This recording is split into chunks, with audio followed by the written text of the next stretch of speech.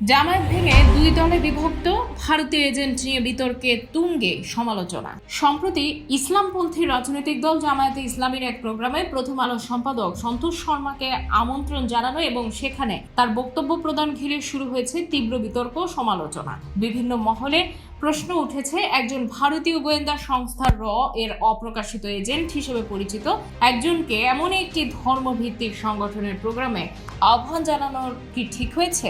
জনপ্রিয় সাংবাদিক ইলিয়াস হোসেন তার ফেসবুক পোস্টে এ বিষয়ে ক্ষোভ প্রকাশ করে বলেন, জামায়াত ভেঙে এবি পার্টির মতো আরেকটা ভাগ করা হবে। অল্প কিছু গোয়ারের কারণে অসংখ্য মেধাবী দেশপ্রেমিক ইমানদার যুবকের স্বপ্ন ভঙ্গ হতে পারে না। বিশ্লেষকদের মতে, জামায়াতের চলমান কর্মকাণ্ড ও নতুন প্রজন্মের সাড়া পাওয়া সত্ত্বেও এই ধরনের বিতর্কিত সিদ্ধান্ত দলটির ভাবমূর্তি ক্ষুণ্ণ করছে। বিশেষ করে 5 আগস্টের গণ অভ্যুত্থানের পর জামায়াত যেভাবে সুসংগঠিত হয়ে উঠেছিল তা অনেকের কাছেই ছিল আশাব্যঞ্জক। নানা প্রতিবন্ধকতা অতিক্রম করে দলটি নতুনভাবে তরুণ সমাজের মধ্যে জায়গা করে নিচ্ছিল। তবে সন্তোষ শর্মার মতো বিতর্কিত ব্যক্তিকে সামনে আনা দলের অভ্যন্তরে মতবিরোধ সৃষ্টি করেছে। অনেকেই মনে করছেন এটি জামায়াতকে বিভক্ত করার একটি অপকৌশল, যা পূর্বে এবি পার্টির ক্ষেত্রেও দেখা গিয়েছিল।